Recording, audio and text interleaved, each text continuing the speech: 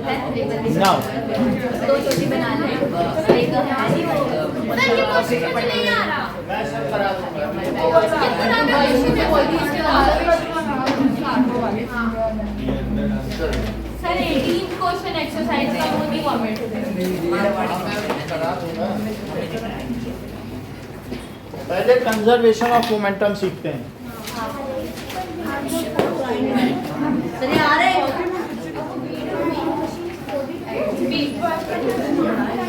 मुझे डाउट खत्म हो तो मार्क्स किस सेंस में दे रहे हैं आप देखो मास अंडर वीएन सो जो ये मास क्या होगा इसके मास कितना है तो इसका मास कम ज्यादा तो मैं वो दिखाऊंगा। और सर ये आ रहे हैं कि सर ये तो डिलीटेड क्वेश्चन है 11th में लिखा क्या देखो डिलीटेड है इनके टीचर्स दे रहे हैं तो आप सीख लो एक बार। अच्छा है ये आगे सभी क्लासेस में है, आपके यहाँ डिलीटेड है। एक बार सीख लोगे हमसे तो आगे गड़बड़ नहीं होगा। ठीक है आधे घंटे में पता चल जाएगा। कंजर्वेशन ऑफ मोमेंटम 10-12 क्वेश्चन दिए बुक में, लेकिन एक बार सीखोगे आराम से हो जाएगा। नाउ मोमेंटम क्या है?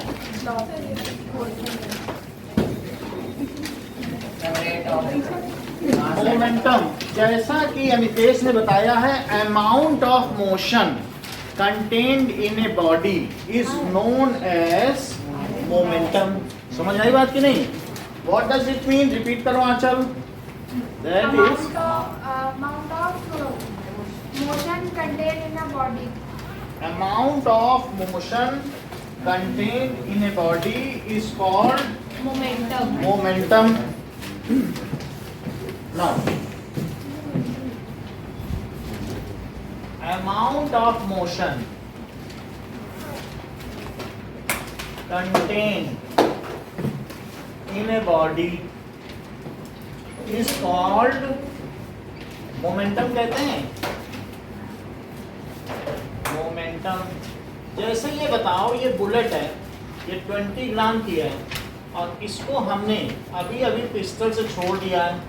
सो पिस्टल से छूटने के बाद ये बहुत तेजी से आगे जा रही है और ये 200 मीटर पर सेकंड से जा रही है। तो क्या इस बुलेट में मोमेंटम ज़्यादा है? 20 ग्राम की है लेकिन इतना तेज है कि मोशन ज्यादा है, अमाउंट ऑफ मोशन। अच्छा ये देखो ये एक ट्रक है और ये आगे बढ़ता चला जा रहा है।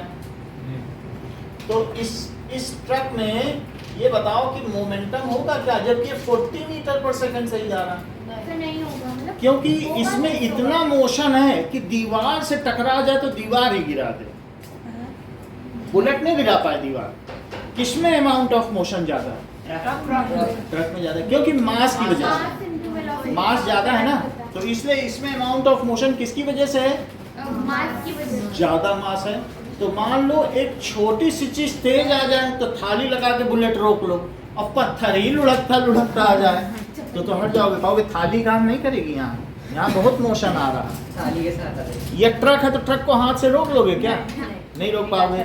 और या फिर आप ये समझो कि इस तरीके का एक यहाँ पर मिसाइल है जो कि 2000 पाउंड का बॉम्ब है और वो खुद 1000 मीटर पर सेकंड की रफ्तार से और 2000 kg का बॉम्ब है। तो वो लोग अब किस में मोशन ज़्यादा है? दोनों में मास भी ज़्यादा है, वेलोसिटी भी ज़्यादा है। तो ऐसी चीज़ में ये एक शहर को तबाह कर सकती है। तो यहाँ पर हम देख रहे हैं कि या तो वेलोसिटी ज़्यादा हो तो भी मोशन ज़्यादा है, या मास ज़्यादा है तो भी मोशन ज़्यादा है, दोनों ज़्यादा है तो भी मोशन ज़्यादा है। तो मोमेंटम क्या हो सकता है? It is product of mass and velocity. Momentum क्या है?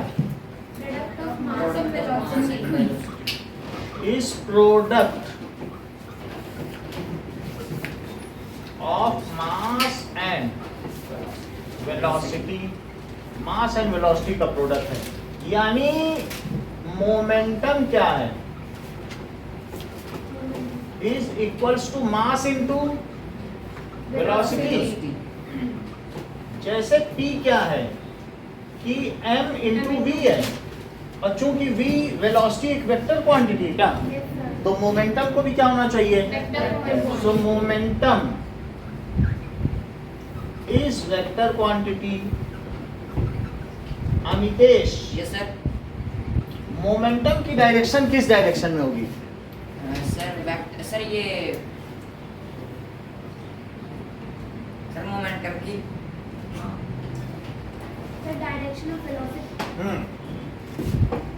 जैसा कि अमितेश ने बताया, its direction is in the direction of velocity. कोई भी चीज कहीं भी जा रही है तो जिधर उसकी वेलोसिटी होगी बस उसमें मास को मल्टीप्लाई कर दो, momentum. So its direction is in the direction of velocity. तो मोमेंटम की यूनिट क्या होगी Amitesh? Sir KG metre per second. Yes, KG metre per second. Its unit is KG और मीटर पर सेकंड। नाउ अब हमारे पास ये 2 केजी की एक गाड़ी है, छोटी सी टॉय गाड़ी है, और ये 10 मीटर पर सेकंड से जा रही है। तो सृष्टि, क्या आप मुझे बता सकती हैं इसमें कितना मोमेंटम है? एक सेकंड।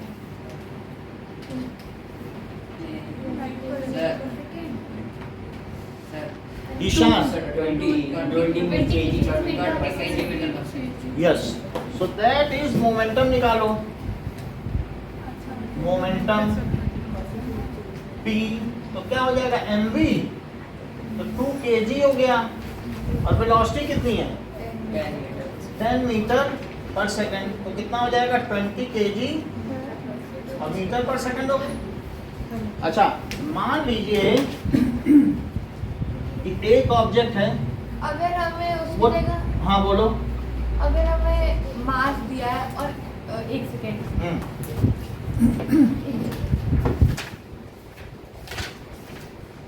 अगर हमें मास दिया है और वो और एक्सेलरेशन दिया और वो दिया है क्या डिस्टेंस हाँ, और मोमेंटम निकालने बोला तो सब निकल आएगा। अब ये देखो 2 kg है और इस पर एक्सीलरेशन लग रहा है 1 मीटर पर सेकंड इस पर एक्सीलरेशन क्या लग रहा है 1 मीटर पर सेकंड। तो अब यहाँ तक 4 सेकंड हो गए। कितना सेकंड हो गया 4 सेकंड। तो एकदम ही 4 सेकंड बाद इसका फाइनल मोमेंटम क्या होगा? पहले तो इसका इनिशियल मोमेंटम ही बताइए आप, पी आई क्या है इनिशियल मोमेंटम? क्या m इंटू यू है, वो कितना है 2 into हाँ 2 into 2 2 into 2 that is 4 kg meter per second. अब ये बताओ 4 सेकंड बाद इसकी स्पीड क्या होगी? अगर इस पर एक्सीलरेशन 1 का लग रहा है, 1 सेकंड बाद इसकी क्या स्पीड होगी? बोलो, ये ठीक बता नहीं। 1 सेकंड बाद 3 होगी, क्योंकि 2 था और एक और बढ़ गया। हर सेकंड जो स्पीड में बढ़त होती है उसी को तो एक्सीलरेशन कहते हैं। जैसे स्वामी ने बताया 1 सेकंड बाद कितनी हुई, 2 सेकंड बाद एक बढ़ाते जाओ हर सेकंड, 3 सेकंड बाद और 4 सेकंड बाद, यही 4 सेकंड बाद। नहीं, मैंने उसकी वो बताई थी 2 into 3 करके तो बताया था। ये बोलो ये क्या हुआ? दैट इज 4 सेकंड में एक एक करके 4 बढ़ी, तो कितनी हो जाएगी 6 मीटर। तो बोलो इसका फाइनल मोमेंटम सनी क्या होगा? 12 kg। That is P final, it is equals to, अभी समझ में आ जाएगा। P फाइनल क्या है m इंटू वी, तो 2 इंटू कितना हो गया 6, सो दैट इज 12 मीटर नहीं KG metre per second, KG metre per second. इतनी बात समझ में आई? अच्छा, जिसको नहीं समझ में आई वो उसको दूसरी तरीके से देखे तो समझ में आ जाए। यहाँ देखो, जैसे साक्षी बोल रही है सर हमने तो कुछ और पढ़ा रखा है और आप कुछ और पढ़ा रहे हो, हम तो कंफ्यूज ही हो गए। साक्षी ने कहा कि sir second law of motion हमने पढ़ा है कि rate of change of momentum is directly proportional to applied force. क्या बता रही हैं? Rate of Momentum is directly change proportional. Of To the applied force. momentum is directly proportional to applied force। अच्छा, अब जैसे मान लो ये गाड़ी है और इस गाड़ी पर आंचल धक्का लगा रही हैं शुरू में, मतलब अभी ये 0 पर है और इस पर ध्रुव धक्का लगा रहे हैं तो अब ये गाड़ी 5 सेकंड बाद, बोलो किस केस में मोमेंटम ज्यादा होगा? पहले वाले केस में, आंचल वाले केस में, कि ध्रुव के केस में? आंचल के केस में वो ज्यादा फोर्स, तो क्या ज्यादा फोर्स लगाया जाएगा तो ज्यादा चेंज इन मोमेंटम होगा, और कम फोर्स लगाया जाएगा तो कम चेंज इन मोमेंटम होगा। बोलो बात सही है? Yes, sir. सो बोलो रेट ऑफ चेंज ज्यादा होगा। कोई पीछे से गामा पहलवान धक्का मारे किसी चीज को और एक है सीकरी पहलवान मारे जो सींक जैसा हो, लेकिन पहलवान मानता हो अपने आप को। वो समझ आई बात की नहीं? अब गामा जो उस तरीके से, तो इस तरीके से हमने देखा कि ज्यादा चेंज अगर मोमेंटम में चाहिए तो क्या बैट से ज्यादा तेजी से बॉल को हिट करना पड़ेगा, ज्यादा फोर्स, और कम चेंज चाहिए तो कम फोर्स लगाओ, Yes, sir. और ज्यादा चेंज चाहिए तो सीधी बात है। इस सेंटेंस को रिपीट करो जो ऊपर लिखा है, second law. Rate of change of momentum, which is directly proportional to the Yashika, The rate of change of momentum is directly proportional to the applied force और इसके आगे का सेंटेंस क्या है? and inversely proportional. नो, आगे का sentence बोलो। Sakshi, Arpita, second law. Second law. इसका हमने आधा लिखा है ना? Rate of change of momentum is directly proportional to applied force and in direction and it takes place in the in the direction of force. यानी मोमेंटम में change जो होगा वो किधर होगा? जिधर फोर्स लगाओगे उधर ही तो मोमेंटम बढ़ेगा कि दूसरी तरफ बढ़ जाएगा?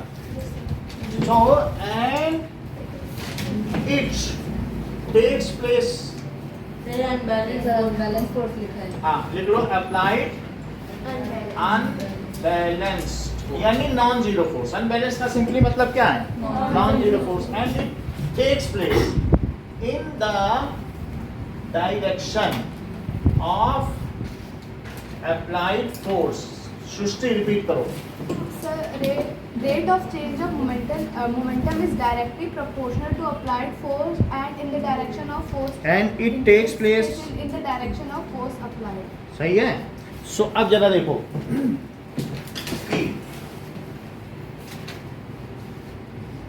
यहां पर मान लें कोई ऑब्जेक्ट है, शुरू में यू से जा रहा है और बाद में किससे जाने लगा? क्योंकि हमने इस पर क्या चीज अप्लाई की? फोर्स अप्लाई की थी तो इसकी स्पीड बढ़ गई। हाँ, हमने इस पर फोर्स लगाया था नॉन जीरो फोर्स, तो उसकी वजह से इसकी स्पीड बढ़ गई। स्पीड बढ़ गई तो एक्सीलरेशन भी होगा। तो ये ऊपर वाली जो डेफिनेशन है ये बता रही है कि फोर्स किसके प्रोपोर्शनल है? फोर्स प्रोपोर्शनल है change in momentum, change in और upon time, change in momentum upon time. अच्छा आप मुझे बता दीजिए, ज्यादा बात नहीं पूछता हूँ, इसमें ये जो हमारा केस है चेंज इन मोमेंटम कितना है? बताइए। बता ही नहीं है, बताएं तो फिर हम भी कुछ इसके आगे बताएं। अच्छा कोई और भी बता सकता है? अमितेश बता, चेंज इन मोमेंटम कितना है? Momentum upon time. ये ठीक बता रहे। अमितेश ने देखो अभी तक 3 सवाल पूछे, सब सही बता रहे। Change in momentum, Final momentum minus Initial velocity. Momentum तो इन्होंने सीधा बता दिया। अर्पिता ने भी ठीक कहा कि final momentum minus initial momentum, that is P final minus. बोला देखो अमितेश ने पूछा, बोला सर 8 है, फाइनल माइनस इनिशियल कर दो। है बात कि नहीं? अब मैथ अच्छी है तो उसका फायदा मिला उनको। फाइनल मोमेंटम कितना है? 12 और इनिशियल कितना है? तो कितना आया? 8 8 kg मीटर पर सेकंड। अच्छा अमितेश आप ही बताओ, क्योंकि और किसी से पूछने से फायदा नहीं है, rate of change of momentum क्या है? Sir initial final velocity minus initial velocity. इन्होंने तुरंत 4 से डिवाइड किया, बोला सर ये तो 4 सेकंड में चेंज हो रहा है, 1 सेकंड में जो चेंज होता है उसी को तो रेट ऑफ चेंज कहते हैं। लोगों को मतलब माइंड कहाँ से कहाँ लगाया, बोले change in momentum upon time, वही तो रेट ऑफ चेंज है। 1 सेकंड में कितना चेंज हुआ, बोले 8 kg meter per second 4 second में चेंज हुआ। तो वो उन्होंने कहा कि सर 1 सेकंड में कितना चेंज हुआ होगा, तो तुरंत उन्होंने क्या बताया, PF माइनस PI/T कर लिया। अब या तो या इन्होंने वहां से देखा होगा, हमें मालूम नहीं कि कैसे इन्होंने इतना किया। फिर से समझो कि चेंज इन मोमेंटम कितना हुआ है, 8 है, 12 में से 4 गया 8 है, इतना कितने सेकंड में चेंज हुआ है, 1 सेकंड में कितना चेंज हुआ, यही तो रेट ऑफ चेंज है कि दिस मोमेंटम पर सेकंड। अगर चेंज इन मोमेंटम पूछा है तो चेंज इन मोमेंटम पर second is called force. Change in momentum पर सेकंड, यही तो फोर्स है। जरा देखो यहाँ पर आपने कह दिया और इसी को क्या बोल दिया, क्या फोर्स है, इसी को क्या कह दिया बोलो, फोर्स।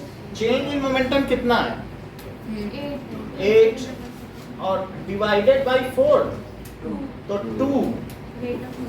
इट इज, आप समझ गए, टाइम किस में होगा, सेकंड में होगा, और ये P किस में होगा, kg मीटर और पर सेकंड। 1 सेकंड और आ जाएगा क्या ऊपर, तो kg मीटर पर सेकंड। कहीं इसी को तो आप न्यूटन नहीं बोल रहे हो, बोलो। देखो जो अमितेश ने बताया मैं वो बता रहा हूँ, ज्यादा बात करने की जरूरत नहीं है। चेंज इन मोमेंटम को अमितेश ने क्या कहा, बोलो यही लिखा है कि नहीं, बोलो। अब PF क्या है बोलो यशिका, फार्मूला बोलो। PF क्या है, M इंटू V। PI क्या है, MU और अपॉन क्या कर दो, अगर मैं M कॉमन ले लूं तो क्या अंदर V माइनस U/T है।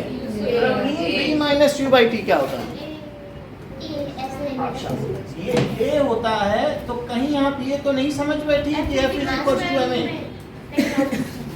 बोलो बात समझ में आ गई कि अगर rate of change of momentum, अभी जैसे इस क्वेश्चन में फिर लौटे, अभी और समझना है इस क्वेश्चन को, क्योंकि इसको समझ गए तो सब समझ गए कि अगर हमें कोई ये ना दे, पैराम नहीं देंगे जाओ, इतना दे दे, इतना शुरू का मोमेंटम था और इतना पानी का एक्सीलरेशन निकालो तो जरा, और फोर्स भी निकालो, फोर्स भी नहीं दे, कुछ नहीं दे, तो आप क्या करोगे ना, आओ जरा देखो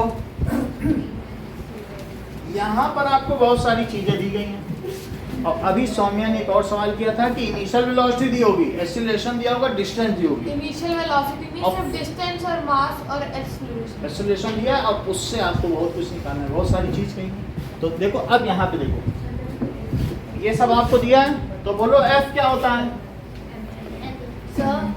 F इज इक्वल्स टू, बोलो delta P upon T। Delta का मतलब क्या है, चेंज, इसे क्या कहते हैं, डेल्टा। डेल्टा का मतलब चेंज। डेल्टा P का क्या मतलब होता है, हाँ बोलो। सर आपने मेरे को एक टेस्ट में ज्यादा नंबर दे दिए। ज्यादा कैसे दे दिए?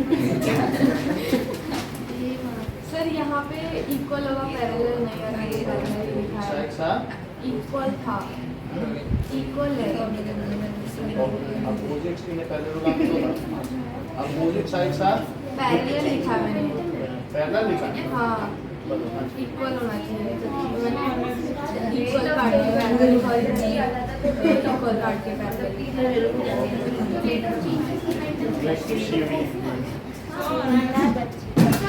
हाँ पहला वाला जो हमने निकाला है वो तो चेंज ऑफ मोमेंटम है, बट वो जो जिसमें T आ गया वो rate of change of momentum है, इनिशियली फोर्स से निकालना है। सुनो जरा, ये F क्या है, दैट इज, बोलो P F minus P I by T.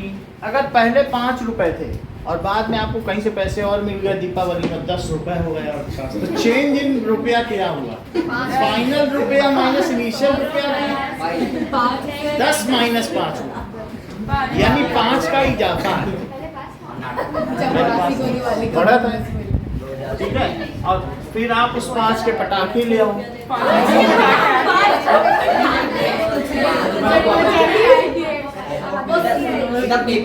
तिकड़े मिल जाएगी क्या? अरे होलसेल। ये देखो, सो दिस इज, अगर आपने इसमें कॉमन ले लिया तो यहाँ एम भी कितना है बताइए? 12 है, और ये कितना है? 4, और अपॉन 4, और एफ को क्या लिख सकते हो? और ये कितना आया बताओ? 8/4। मास कितना था? तो 2, इससे क्या पता चलता है ए कितना आ गया? तो 1 मीटर पर सेकंड इस बार। बोलो, बात समझ में आ गई? यानी हम एक्सीलरेशन इसी से निकाल सकते हैं।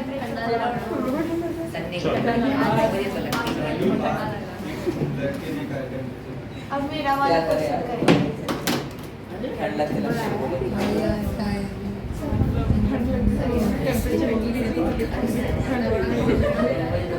ठंडा हो कि 40 डिग्री करेंगे ना तो बढ़ाई की चलो सर वो पंखा भी उधर कर दो। बंद कर।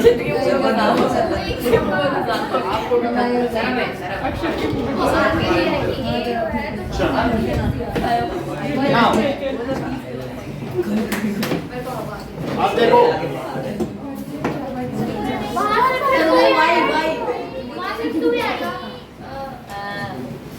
इसकी ज्यादा जरूरत नहीं है, नहीं कहीं आती है, बाद में लिख लेना। Sir 2 second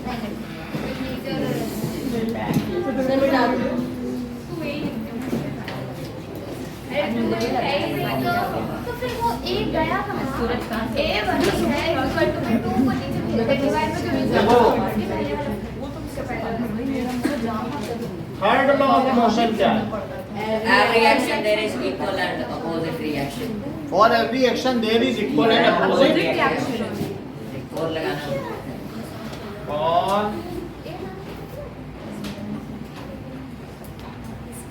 there is equal and Opposite reaction. opposite reaction। अगर आप इस दीवार को बड़ी तेजी से मुक्का मारो Yes sir. तो आपके हाथ में भी बहुत तेज लगेगी, जितनी तेजी से मारोगे, होगा कि नहीं? फॉर एवरी एक्शन, पैर से ही मारो ग्राउंड को तो आपके पैर भी लगेगा। बॉल को बहुत तेजी से मारो तो ग्राउंड भी बॉल को और ऊपर उछालेगा, कहेगा जाओ वापस, होता है कि नहीं? For every action. ऐसा रॉकेट में भी देखा जाता है, रॉकेट का प्रोपल्शन चार्ज जितनी तेजी से बैक फायर करता है उतनी तेजी से रॉकेट ऊपर जाता है। तो जेट प्रोपल्शन थ्योरी में भी वही बात है। एग्जॉस्ट पीछे जाता है तो बुलेट में बाइक भटपट भटपट करती आगे बढ़ती चली जाती है कि नहीं, चाहे मोटर बोट हो या कुछ भी, उसमें भी यही सब होता है।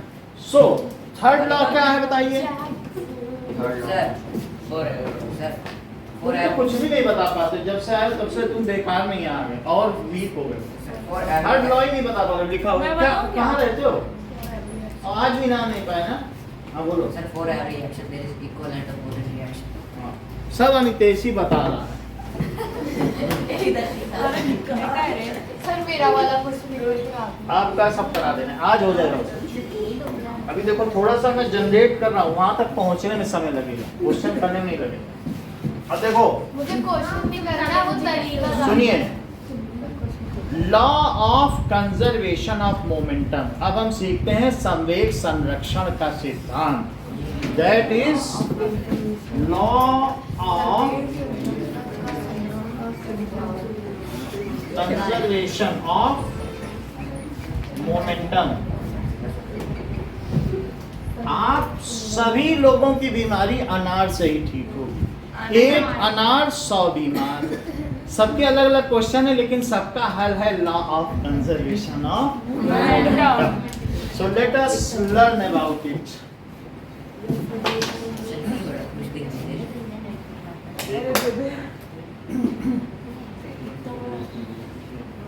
अब जरा देखें law of conservation of momentum क्या कहता है कि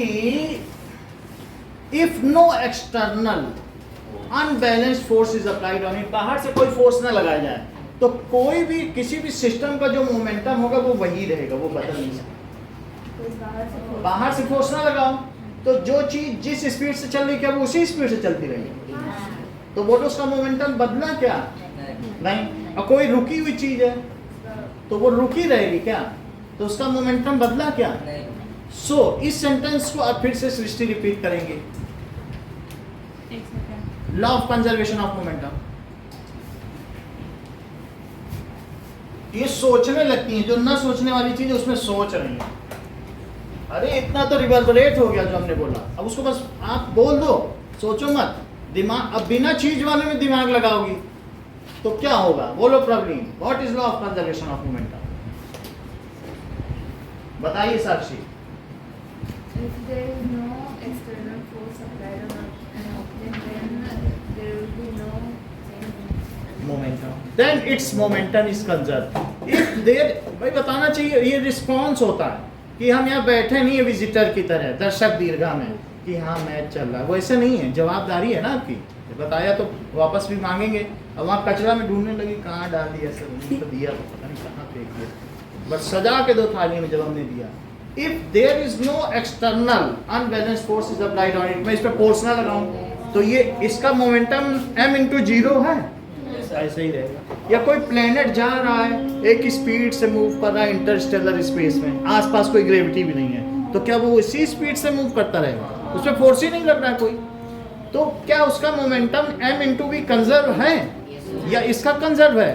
तो यदि किसी वस्तु पर बाहरी बल न लगाया जाए तो उसका मोमेंटम कंजर्व रहेगा, यानी जितना मोमेंटम है, क्योंकि v ही नहीं बदलेगा।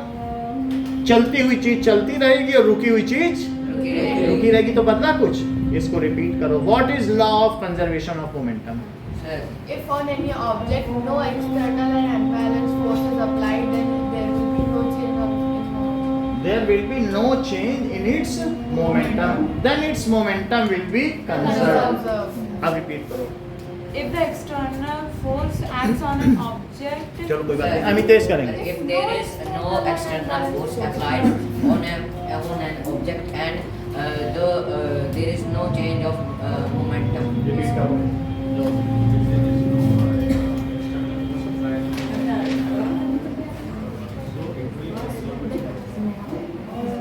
थोड़ा और रिफ्रेन करना, लिखो इस बात को।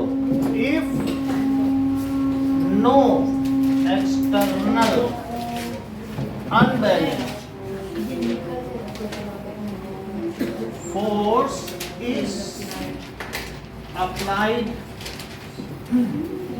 on a system, मतलब किसी सिस्टम पर, then its momentum क्या रहेगा? momentum is, बोलो कैसा रहेगा? कंजर्व, वो वही रहेगा। दैट मीन्स जो इसका इनिशियल मोमेंटम रहेगा वही उसका क्या होगा? फाइनल मोमेंटम हो जाएगा। यही law of conservation of momentum है। जरा इस चीज को देखें।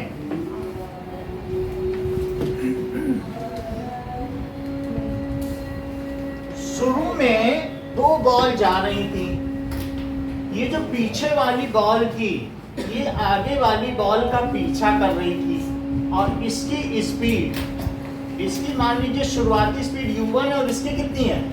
U2। लेकिन u1 ज्यादा थी, तो बोलो क्या वो u2 को टक्कर मार देगी? बोलो भाई, ये ज्यादा तेजी से मार देगी। अब इसके बाद इन दोनों में क्या हो गया? क्या कोलिजन हो गया?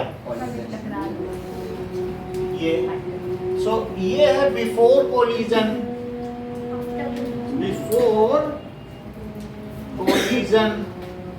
और ये क्या है? During collision. संघट्ट से पूर्व, संघट्ट के दौरान और संघट्ट के पश्चात की अवस्था। अब जब ये टकरा गई तो अब इनमें जब टक्कर हुई तो टकराने के बाद क्या फिर ये अब अपनी अलग अलग वेलोसिटी से चलेंगी। भाई तुमने स्ट्राइकर से गोटी को मार दिया तो गोटी की रफ्तार बदल जाएगी ना। या आपने क्या किया, टारगेट से क्यू पे मारा, जो आप लोग वो खेलते हो ना कैरम, या वो कौन सा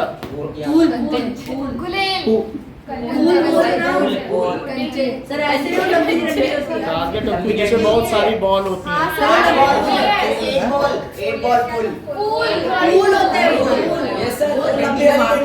ये लगे में तो वो लकड़ी से जो मारते हैं तो उसमें स्पीड बदल जाती है। अब इसको देखना पड़ेगा। पूल तो ठीक है।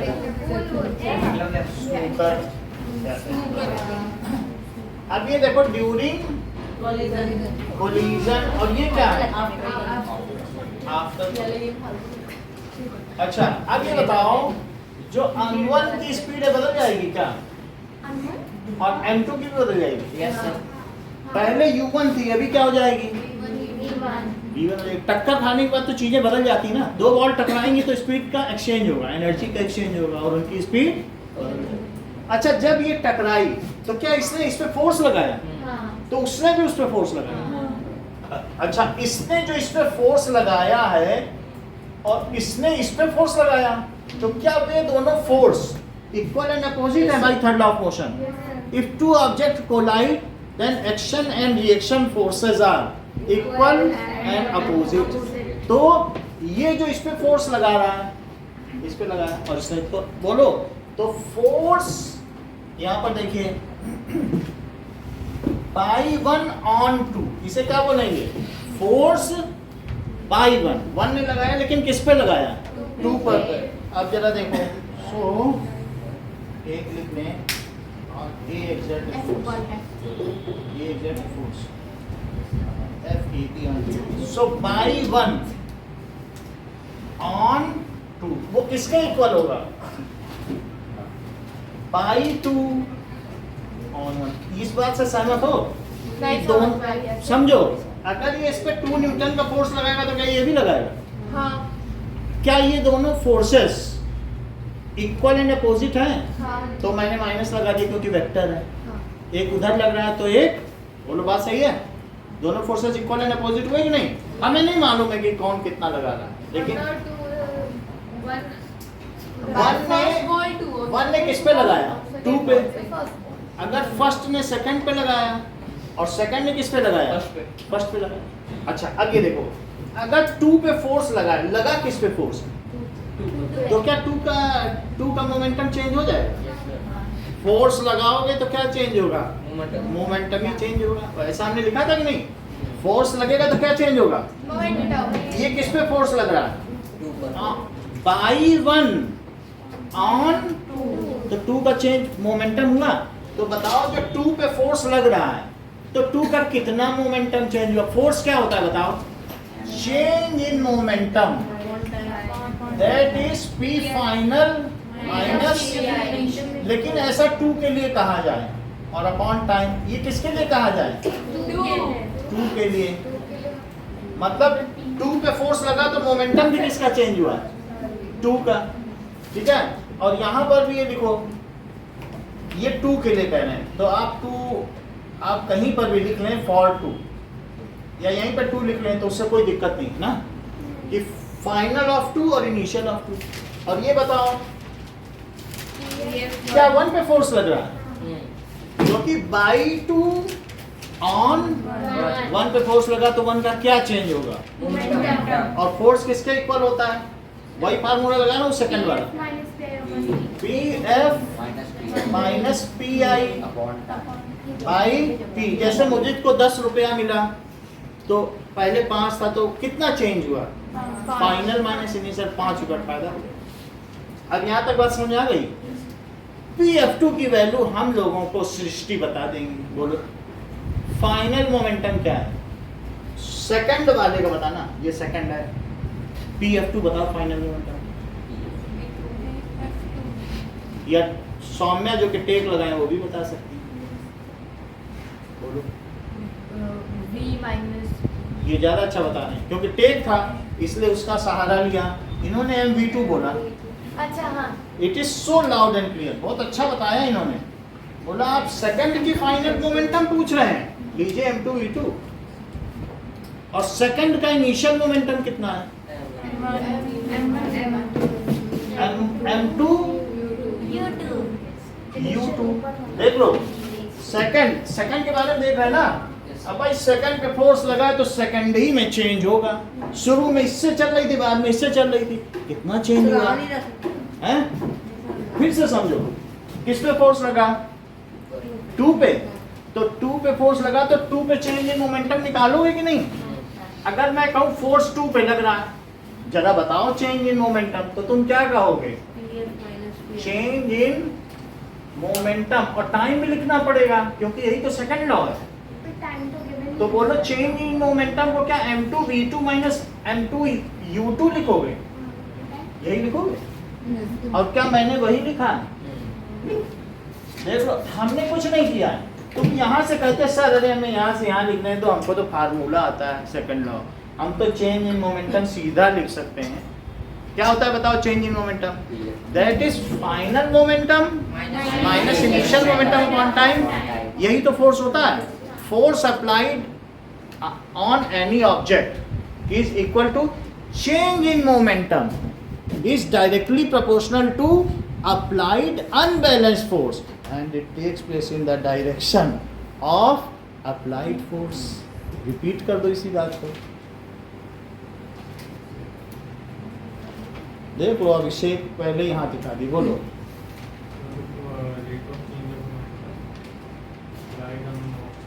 ये ठीक है, ग्रुप सही है, वर्ड पूरे हैं। हाँ प्रवीण रिपीट करो।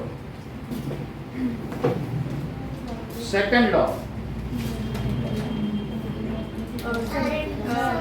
the rate of change of momentum is directly proportional to the force applied on it, and it takes place in the direction of the force applied. सही है, रिपीट करो।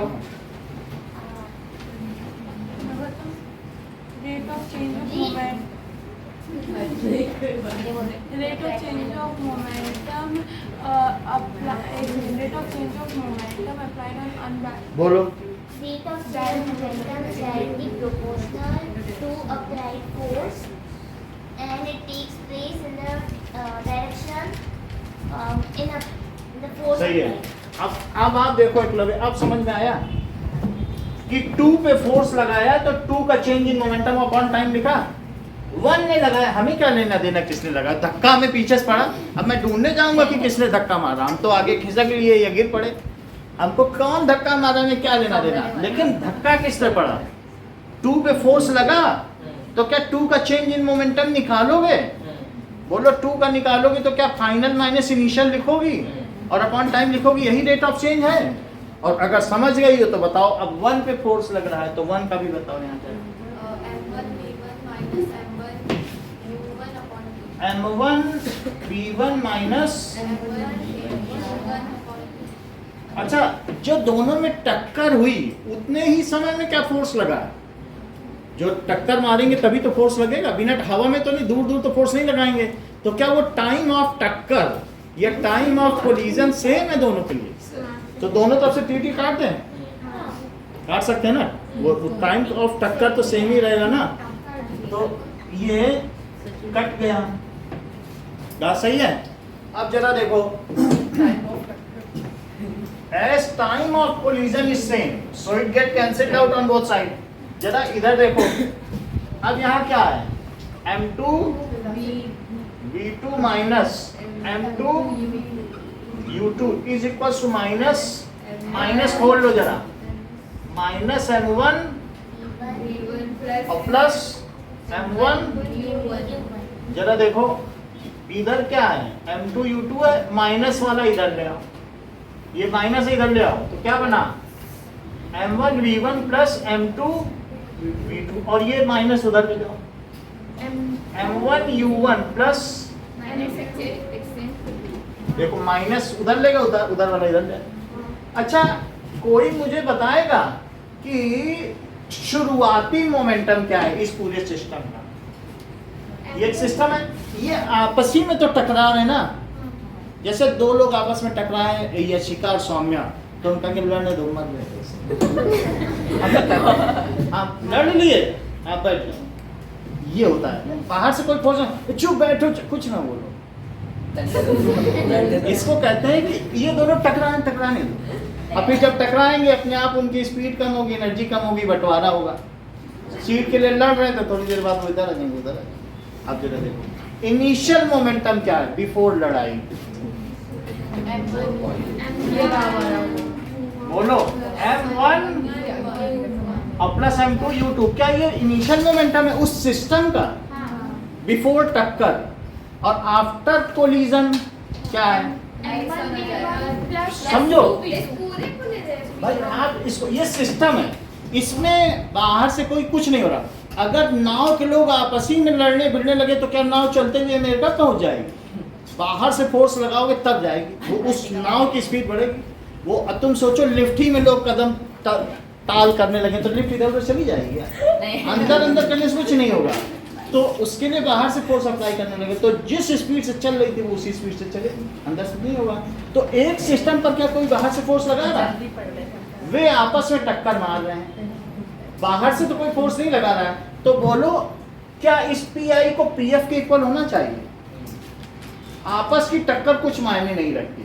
अगर मान लीजिए दो लोग एक 4 पहिए वाली गाड़ी पे खड़े हों और आपस में जो है कुश्ती कर रहे हो, हाथापाई कर रहे हो, तो वो गाड़ी कहीं नहीं जाएगी। चाहे तुम कुछ भी कर लो, ये नहीं सोचो कि आपस में हाथापाई करके इस गाड़ी को चलाते हुए ले जाएंगे, क्योंकि दोनों ही गाड़ी पे बैठे हैं। बाहर से कोई खींचेगा तभी जाएगी। समझ आई बात की नहीं? वो तो बात समझ में आ गई। दो लोग, ये चलती हुई गाड़ी है या कार है या नाव पे बैठे हैं, आपस में लड़ाई करके नाव को एक दिशा में ले जा सकते हैं? वो नहीं ले जा सकते हैं। बाहर चप्पू चलाओगे या वो जो होता है पानी में नहीं करते हैं, तब जाएगी। समझ में आ गई बात की नहीं? तो क्या इस पर कोई एक्सटर्नल फोर्स अप्लाई हो रहा है? No sir. और बाद में भी नहीं हो रहा। आपस में लड़ने से तो कुछ नहीं होगा, एक्सटर्नली तो नहीं हो रहा ना। तो PI को किसके इक्वल होना चाहिए? PF क्या है वो बताओ तुम? इसी में, इस सिस्टम में, इसे सिस्टम बोलो। ये क्या है? तो सिस्टम पर बाहरी फोर्स नहीं है, आपस में टकराने तो बाहर से तो नहीं है ना फोर्स। PF क्या है बताओ? M1 plus M, ये बता नहीं, बोलो। नहीं, M1 into V1 हाँ, plus M2 V2 तो equals to अब बताओ, अगर कोई फोर्स नहीं अप्लाई हो रहा है तो क्या इसको इसके इक्वल होना चाहिए? और क्या वो वास्तव में यहाँ पाया भी गया है? हाँ, यही क्या P1 है और ये PI है और ये PF है? क्या हमें जो बात प्रूव करनी थी वो हो चुकी है? कैसे? देख लो, क्या ये इनिशियल मोमेंटम है? देख लो, वो फाइनल है सर। हमें नहीं पता, तो उसको फाइनल लिख लो। तो हो गई बात प्रूफ की नहीं? ये फाइनल है। हम ये प्रूव करना चाह रहे थे कि हमने बाहर से कोई फोर्स नहीं लगाया, वो आपस में लड़े भी रहे हैं, हमने नहीं किया कुछ, तो उसकी वजह से तब भी तो फिर उनकी एनर्जी कम कैसे हुई? आपस में एनर्जी एक्सचेंज होगी। ज्यादा हो या कम हो, काइनेटिक एनर्जी हाफ mv² होता है। अभी हम आगे देख लेंगे अगले चैप्टर में वर्क एनर्जी में, तो कोई बात नहीं। फिर से समझो, यानी बाहर से फोर्स ना लगाया जाए, तो जो इसका ये क्या है बताओ? इस सिस्टम का फाइनल मोमेंटम है, यही है। वो किसके इक्वल पाया गया? इनिशियल मोमेंटम के। सो इफ, अब जरा अपनी बुक में देखो, यही चीज है फाइनली। अगले पेज पे देखो, पेज नंबर भी बता दो, 124 पे देखो। तो अब बताओ क्या चीज पूछना चाहते हो? सर वो वहाँ पे आपने लिखा ना -M1 V1 plus M2 U1 M1 V2, पर वहाँ तो अलग है। मैं तो बस इतना जानना चाहती हूँ, अगर हमें डिस्टेंस दिया है, वेट दिया है और एक्सेलरेशन दिया है, तो हम मोमेंटम कैसे निकालेंगे? वो सब बताएगा, जितना जिस हिसाब से है वैसे समझिए। आप पूछिए। सर वहाँ पे माइनस क्यों, उधर माइनस क्यों लगाया है सेकंड वाले? ये है ना, हाँ, क्योंकि थर्ड लॉ ऑफ मोशन लिखो। तो इस वजह से अपोजिट रिएक्शन होता है ना, तो action and reactions are equal. और यहाँ क्या लिखोगे? देख लो, बता दिया, सेकंड लॉ ऑफ मोशन।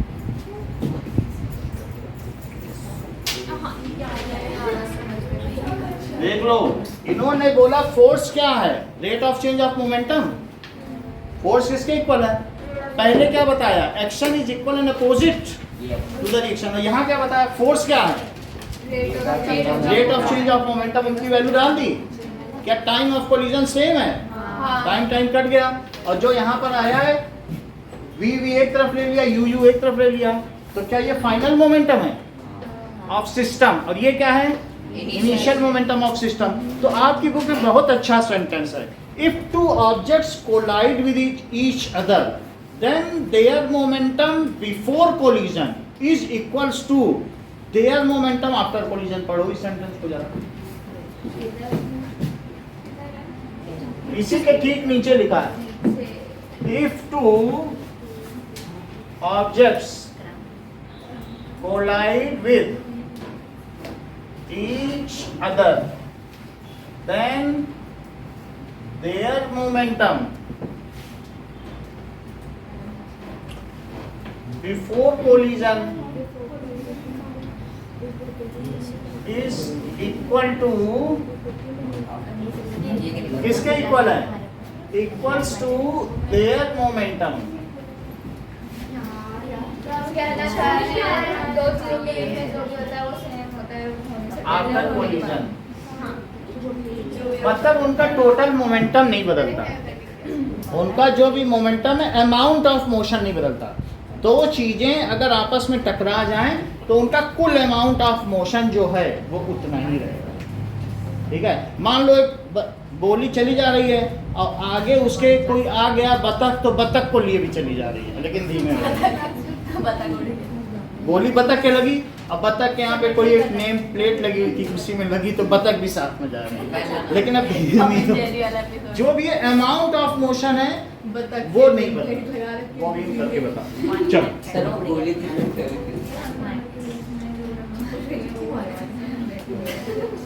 सुनिए, चलिए सर मुझे वो वाला क्वेश्चन अभी रुक जाओ, पहले इस सेंटेंस को रिपीट करो।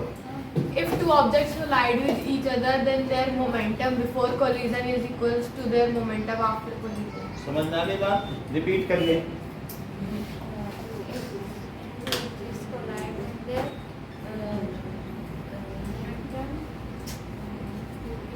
Their momentum before collision.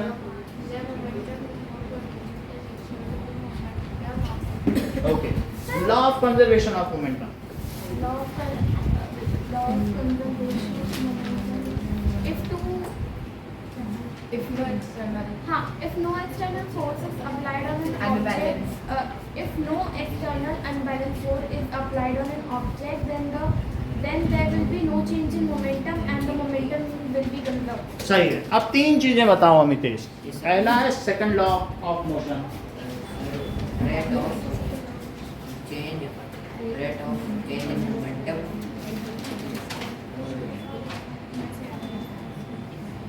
Sunny repeat करो। Second law of motion. Rate of change in momentum. मैं बता सकता हूँ। बोलो बेटा।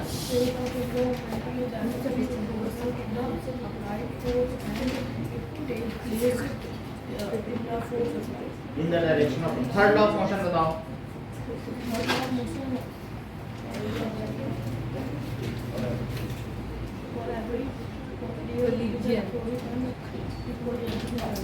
Law of conservation of momentum बताओ।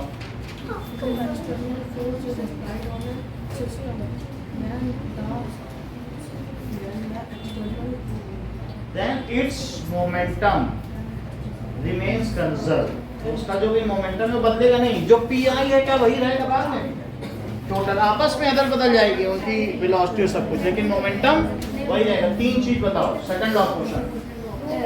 Second of rate of change of momentum is directly proportional to applied force as it takes place in the direction of applied force. Applied and balanced force. Third law of motion. Every action there is equal and opposite reaction. Law of conservation of momentum. If there is no external unbalanced force applied on Object. then there is momentum and then its momentum is conserved. ठीक है? If अब यहाँ पर देखो, if two objects collide with each other, हाँ, There is no change in the momentum of before collision and after collision. ठीक है, and no external unbalanced force is applied. तो अब हमें यही करके दिखाना है. ये पूरा जो बोर्ड यही है. That is prove the state and prove law of conservation of momentum. Sir ये if two object be board पे कितना सब यार ये 100 वाले में आएगा सर ये अभी तो करके दे दीजिए मुझे 100 खाली ना मैंने लिखा भी नहीं मैंने कैसे आएगा मैं जहाँ भी चीज दिया है जो दिल्ली डाउन सर ये रहेगा पूरा हाँ, diagram छोड़ो.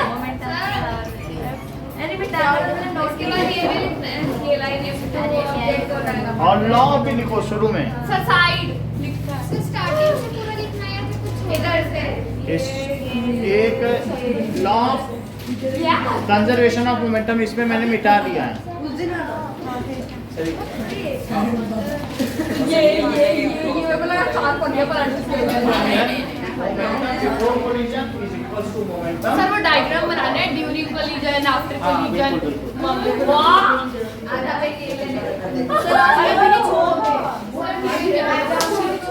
नहीं होएगा बेवकूफ है क्या सबने बोला वो नहीं क्या एक जो भी धीरे धीरे सब लोग धीरे धीरे कर लो टाइम डालना चालू करेंगे स्पेशलिस्ट किस्मत देखा ओए ऐसे करना है क्या बदल दो ऑब्जेक्ट उधर उधर भी बोलो ये डायग्राम में अब डायग्राम छोड़ देंगे. जा रहे हो ये लो. पेज मिला? सर मिल गए ला लो आगे. मेरा यही तो लिखना है अच्छा Sure. सर अभी हटा दें. नहीं लिखना है सर साइड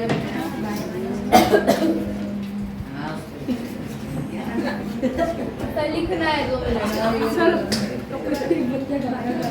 क्या बता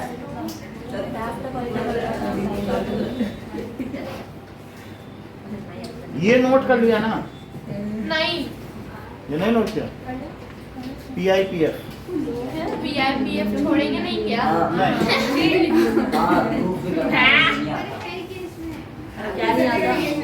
समझा ही नहीं मेरे को लगा फालतू है तो मुझे ध्यान ही नहीं देती एक दो देखो, action is equals to reaction, opposite and equal. ये कर लिया. उस ये थर्ड लॉ है, फिर सेकंड लॉ लगाया. T काट दिया, माइनस अंदर. Action is equals to force by 1 on 2 is minus force. तो डायग्राम रहेगा ठीक है, डायग्राम रहेगा. ये हटा दें. सर अगर मैं सेंटेंस थोड़ा छोटा करके कैसे एक two object collide with each other then the momentum before collision and after collision will be same my friend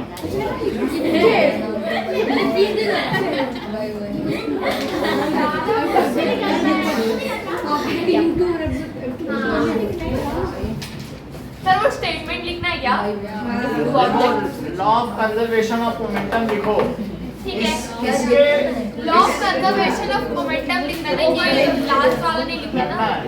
वो भी लिखना है दो One is greater than equal. क्या इसके करते ही तुमको तुम्हारा सवाल बता देंगे. इतना पक्का? कर लो बस, इतना जरूरी है. सब बता देंगे, इतनी की जरूरत है. अर्पिता एक क्वेश्चन में इतना टाइम लगा यार तो बस छोटे एक मिनट भी नहीं लगेगा फिर आप समझ जाओगे कि क्या होता है. हमने बाकी एनर्जी नहीं पढ़ना आ गया okay, now start. Now close your copies and start. चलो, इसका एप्लीकेशन. एग्जाम्पल 9.6 देखिए.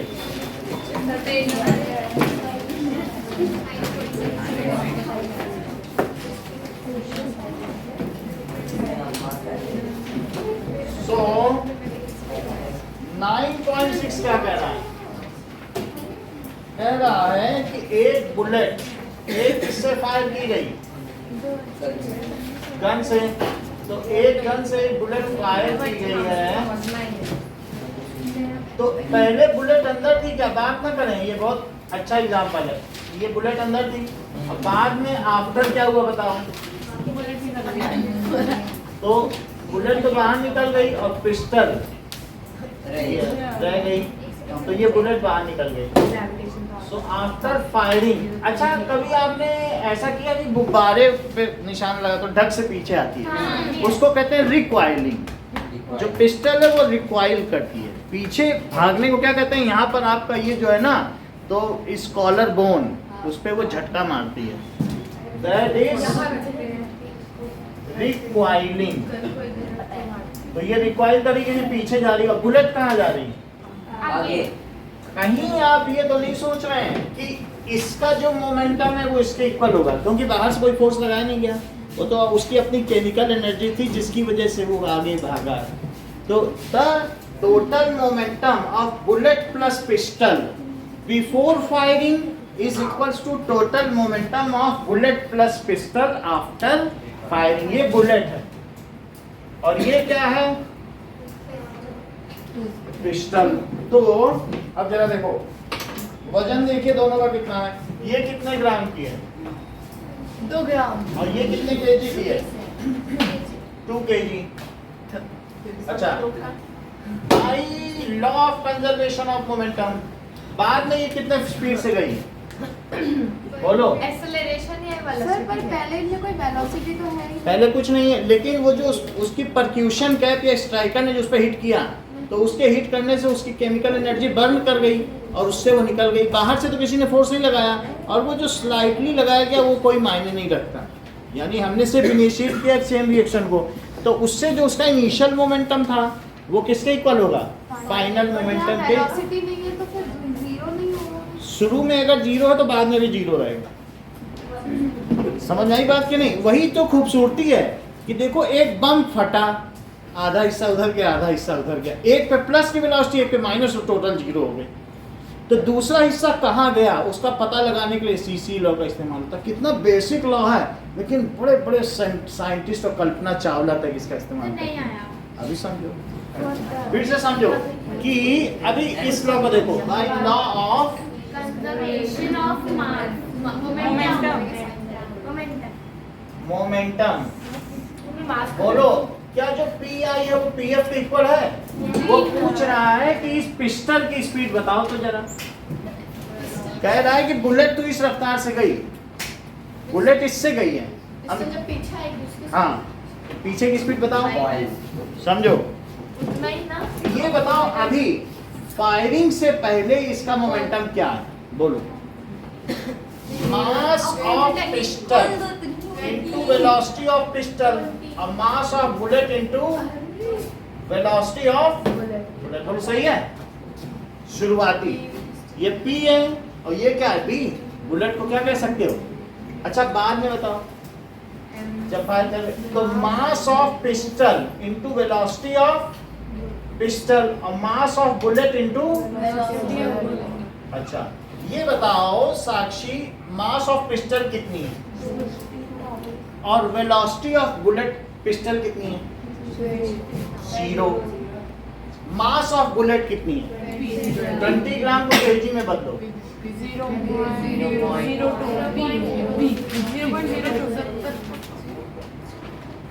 1 0 से 1 0 कटा, तो क्या 2/100 केजी आया? तो 0.02। तो क्या लिखते हैं बताओ यहाँ पे? 0.02। पहले तो वो रुकी हुई थी, आगे बढ़ो। मास ऑफ पिस्टल कितना है? मास ऑफ पिस्टल 2 है। वेलोसिटी ऑफ पिस्टल कितनी है? 150। राइट जा रही कि लेफ्ट? हाँ राइट प्लस लोगे कि माइनस? प्लस राइट में प्लस लेना, और लेफ्ट जाती तो प्लस ले लो। प्लस 150 लिख लिया, लेफ्ट में माइनस लेना। अच्छा मास ऑफ बुलेट क्या है? 0.2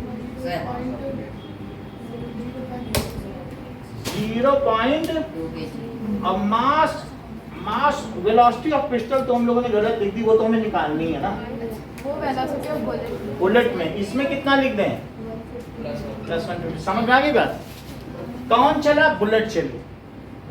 पिस्टल तो हमें मालूम नहीं ना, पिस्टल का हमें क्या मालूम कि कितना पीछे है। जिसकी बुलेट का लिख लिया सारा।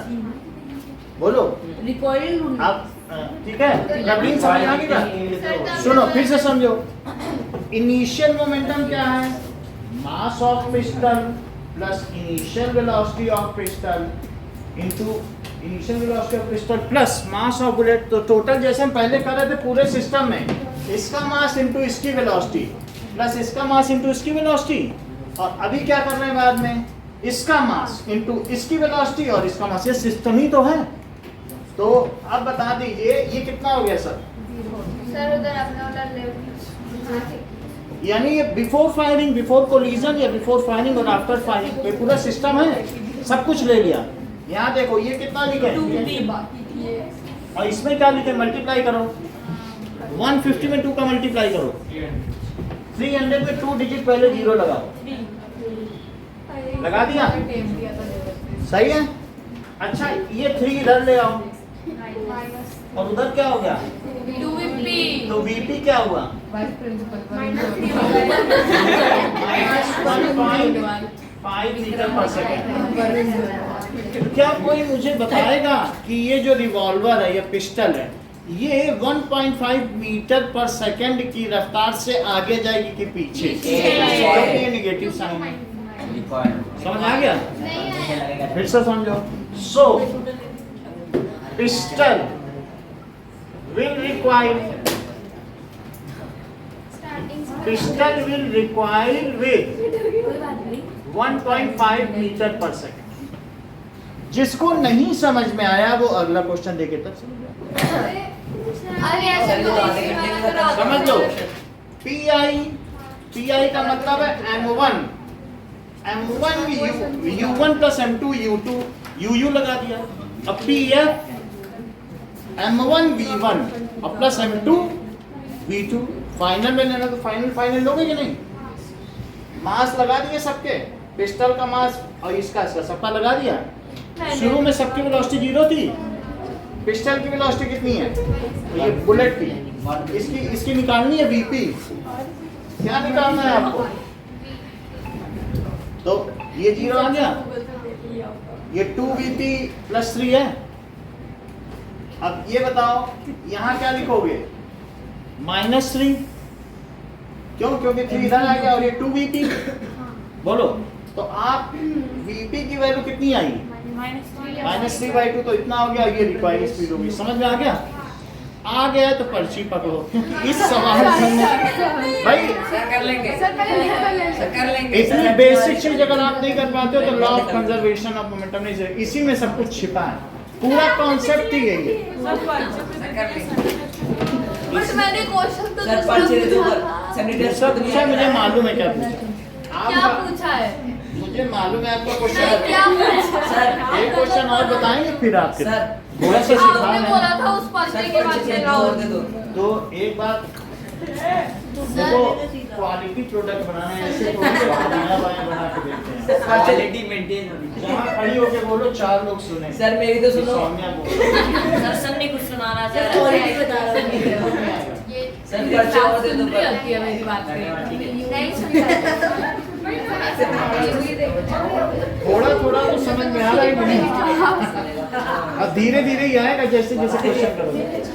आज तो ट्यूसडे है, अभी 3 हफ्ते का पढ़ना पड़ेगा कंटिन्यूअसली। 3 हफ्ते 2 हफ्ते जो भी सर मेरी तो सुनो। है। सर 2 पर्ची और दे देना।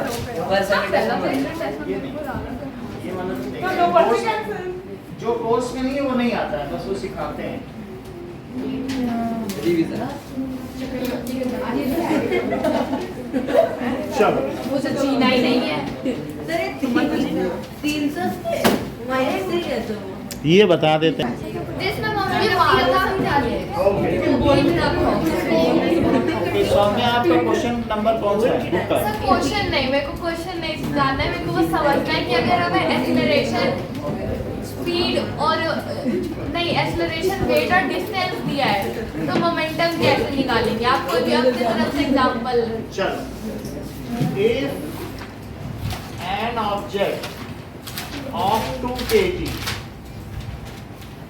अगर आपकी 2 kg है, starts from rest and under constant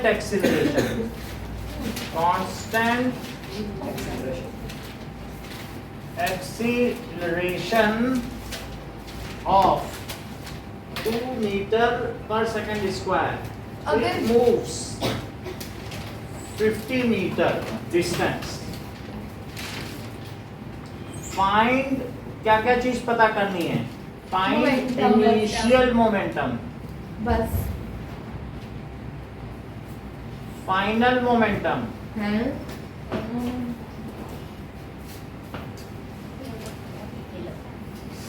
और change, that is force applied. Force applied, 3 चीज पूछी गई है. अब जरा देखो, 2 kg की चीज है और u कितना है, और बताइए फाइनली इसकी वेलोसिटी कितनी हो जाती है और एक्सेलरेशन कितना है? 2 मीटर पर सेकंड स्क्वायर, और डिस्टेंस कितनी है? 50 मीटर. इतनी सब चीज दी है. तो हमको v पता करने के लिए सनी क्या करना होगा? v equals to u plus at. ये ठीक कह रही हैं. That is v square minus u square is equals to 2as, जैसा कि सौम्या ने बताया. वैसा t नहीं दिया है Square minus 0 square. It is 2 into 2 into 50. बोलो बात सही है? तो v स्क्वायर कितना हो गया? देख लो. अगर इसको मैं 25 कर देता हूँ जिससे थोड़ी आपको सहूलियत हो. देखो s कितना कर दिया? 25 मीटर चल रहा है. अब बताओ इसका मल्टीप्लाई कितना होगा? 100. ऐसा करने से आपका परफेक्ट स्क्वायर बन गया. तो v कितना आ गया? तो v 10 मीटर पर सेकंड हो गया. अच्छा, अब हम a पार्ट निकालते हैं. प्रवलीन, आप मुझे बताइए इसका इनिशियल मोमेंटम कितना है?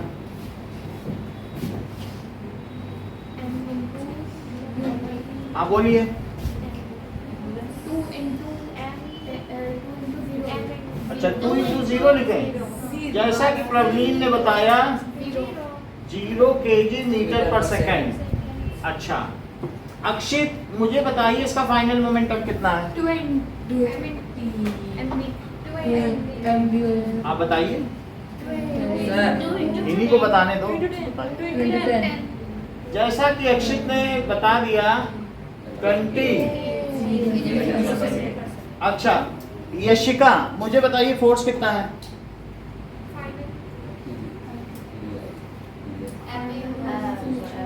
ये हाँ.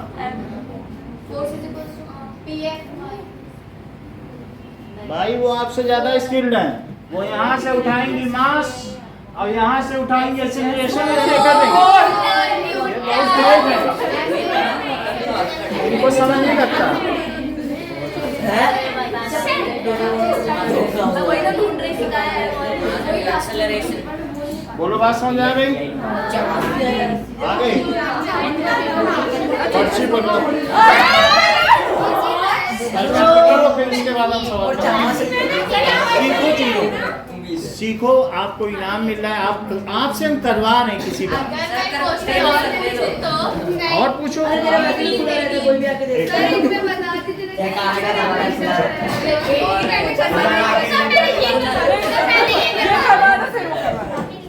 अब आपको दिक्कत नहीं होगी. मैं एक तरफ से अभी 10 मिनट में सब करा दूँ. अब इसमें दो फिर कोई पर्ची नहीं. इससे आपको एक और आपको समझ में आता जा रहा है ना धीरे-धीरे. अब देखो मैं कितनी तेजी से सर पहले ये वाला क्वेश्चन आप अच्छे से करा लो. हाँ, अभी तो समझ में आएगा. चलिए करवा लो साथ में क्या पता सही पहले लोग ये समझाओ नहीं ये ले लेंगे। एक और चलो बात पे ज्यादा ध्यान नहीं दो आप लोग थोड़ा ये हाँ।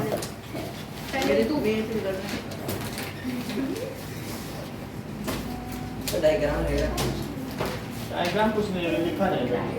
डायग्राम ही नहीं रहता। डायग्राम नहीं लिख देंगे। उसकी जरूरत क्या है तुमको डायग्राम?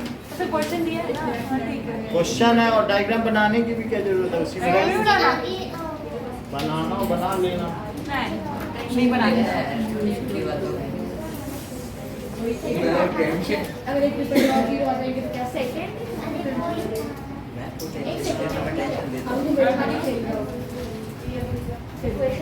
हाँ हाँ पेपर से एक दिन पहले भी नहीं पढ़ता ना। ये थोड़ा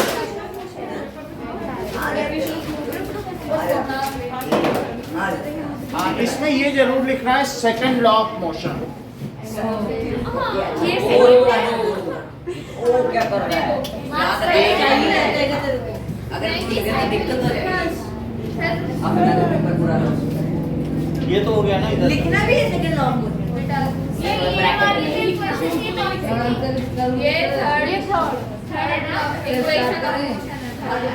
ये third equation of motion. Diagram हमें भी बनाना है जरूरी नहीं है बनाना, बना ले। स्टार्ट करना है हो गया? डायग्राम चलो ओके नाउ स्टार्ट। बनाना ही जाता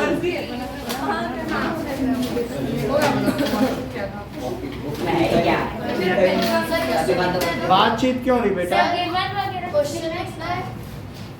कुछ भी बनने लिखना। डायरेक्ट स्टार्ट करके ए जरूरी नहीं है।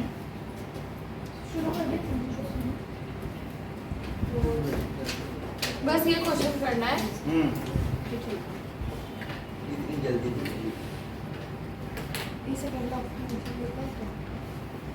हाँ लिखना।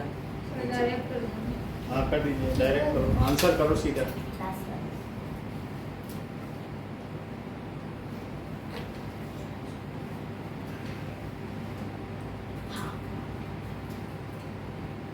डायग्राम नहीं ए डाल के सीधा लिख दो गिवन कुछ भी नहीं। आपको क्वेश्चन कैसे आते हैं? हमें इसमें से मिल जाएगा पीडीएफ से।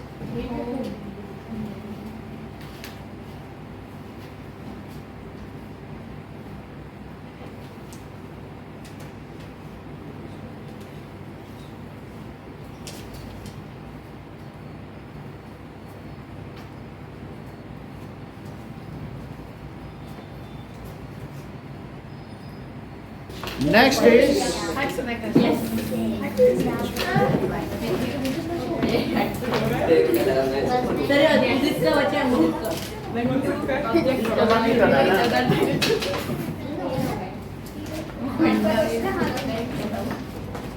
okay.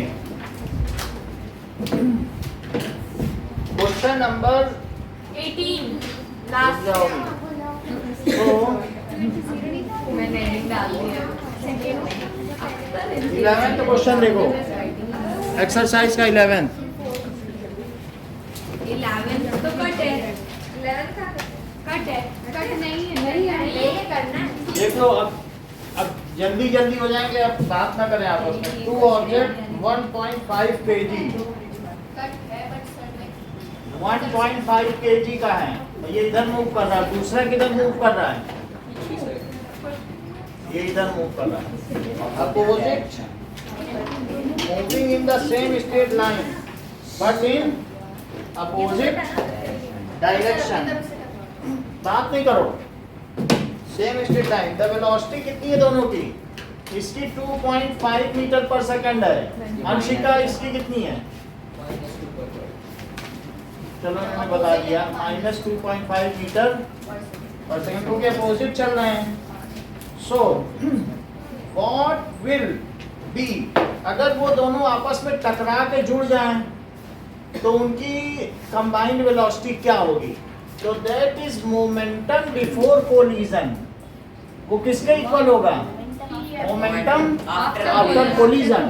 तो इसे लिखो m1 u1 plus m2 U2 पहले का मास कितना है और उसकी वेलोसिटी कितनी है? 2.5 दूसरे का मास कितना है और उसकी वेलोसिटी कितनी है? 1.5 अच्छा, अब ये दोनों मास के आपस में जुड़ गए हैं Yes sir और ये 3 kg हो गया है क्या? Yes sir अच्छा, इसका इसमें मल्टीप्लाई करें तो मल्टीप्लाई करो या ना करो आपस में कट जाएंगे। आप चाहो तो कर लो। 15 5 जा 75 और 15 2 जा 30 और 2 डिजिट पहले डेसिमल लगा दो और माइनस 3.75 तो क्या 0 kg आ गया Yes sir और मीटर पर सेकंड। और फाइनल मोमेंटम क्या है? m1 प्लस m2 क्या जुड़ चुके हैं Yes sir और उनकी जो भी वेलोसिटी होगी वो कंबाइंड वेलोसिटी होगी। Yes sir फाइनल मोमेंटम जुड़ गए, स्टिक हो गए, जैसे दो आटे की लोई ने टकरा जाए, वो चीज होती है। नाउ जरा देखें कि बोलो इनका टोटल कितना है। हेलो, तो वेलोसिटी पता कर लें। अब यहाँ पर करें, बोलो अगली लाइन क्या लिखेंगे? ये ठीक बोलना है। By law of conservation of momentum. तो कंजर्वेशन ऑफ मोमेंटम से क्या होगा? जब पी आई पी एफ के इक्वल होगा, लेकिन पी आई कितना है और पी एफ क्या है? 3v। देखो पी आई को मैंने किसके इक्वल कर दिया? पी एफ के। ये तो 3v है ना, kg मीटर पर सेकंड। और ये क्या ये इसके इक्वल हो जाएगा? बाहर से तो कोई फोर्स नहीं लग रहा, आपस ही में तो लड़ मर रहे हैं। तो बोलो v कितना हो गया? 0/3 तो v कितना हो गया? तो object will come at rest. मुझे नहीं समझ रहा। समझ आई बात? यानी अगर दो बिल्कुल एक ही जैसे लोग ये आ करके टकरा जाए, दोनों पे फेविक्विक लगाओ और एक ही स्पीड से हैं तो चिपक के में खड़े हो जाएंगे, क्योंकि किसी की स्पीड ज्यादा नहीं है, दोनों एक ही स्पीड से आ रहे हैं तो टकरा गए और चिपक के में खड़े। किधर जाएंगे? कहीं जा पाएंगे? बोलो इनका इनिशियल मोमेंटम क्या है? 0। ठीक है, अब तो दोनों में क्या लगा दिया आपने? ग्लू लगा दिया, तो वो कहीं नहीं जाएंगे, क्योंकि अगर ट्रक कार से टकराए तो कार को ठेलते हुए ले जाए। और भाई ये तो स्पीड और उन सब चीज़ों के ऊपर देखा जाता है ना। दो कार हैं, एक बहुत स्पीड से आए और एक धीमे चले, तो बोलो क्या जो स्पीड वाली वो दूसरे को ले जाएगी? यही चीज होती है। और क्या दोनों की यहाँ और स्पीड अगर सेम है? ट्रक आए और कार की स्पीड ज्यादा तो फिर अमाउंट ऑफ मोशन देखा जाएगा। m into v करके देखो। ये नहीं सोचो कि एक मिसाइल आ रही है, एक बुलेट आ रही है, तो दोनों की सेम स्पीड है। हाँ, बुलेट भी ले जा सकती है, ऐसा नहीं। फिर मास का भी होता है, देखा जाएगा। मोमेंटम समझ में आ गया? बोलो सौम्या, समझ में आ गई बात? कि शुरू में इनका टोटल मोमेंटम क्या है? भले ही दोनों अपोजिट डायरेक्शन में जा रहे हैं, लेकिन सिस्टम है पूरा, उसका टोटल मोमेंटम कितना है? 0, क्योंकि दोनों अपोजिट चल रही हैं। तो बताओ टकराने के बाद क्या उनका जो मोमेंटम होगा वो इनिशियल मोमेंटम के इक्वल होगा? बाहर से तो कोई फोर्स नहीं लग रहा है, वो आपस में ही टकरा रही हैं। सो जो फाइनल मोमेंटम है वो किसके इक्वल है? अगर आपको नहीं समझ में आया है तो आप ऐसा लिखिए, m1 भी v की रफ्तार से चलेगा और m2 भी। अब समझ में आया? दोनों की क्या स्पीड हो जाएगी? मान लो हम मानते हैं कि भाई, अभी समझो, ये समझ में आ गया, दोनों का इनिशियल मोमेंटम दिया और फाइनली मान लो वो किस रफ्तार से चल रहा है? v से। तो यही तो लिख सकते हो ना कि m1v प्लस m2v, दोनों मिल गए ना, लेकिन उनका टोटल मास क्या बताइए? m1 plus m2v। तो ये कितना है और ये कितना है? तो बोलो कितना हो गया? तो उन दोनों को इक्वेट कर दिया, इसको इसके इक्वेट किया, v आ गया। So the combined mass will come at rest. इसकी अगली लाइन क्या लिखोगे? Combined mass will come at rest. अब जरा देखो कि यहीं तक रखो आज के लिए, इसको नोट करो।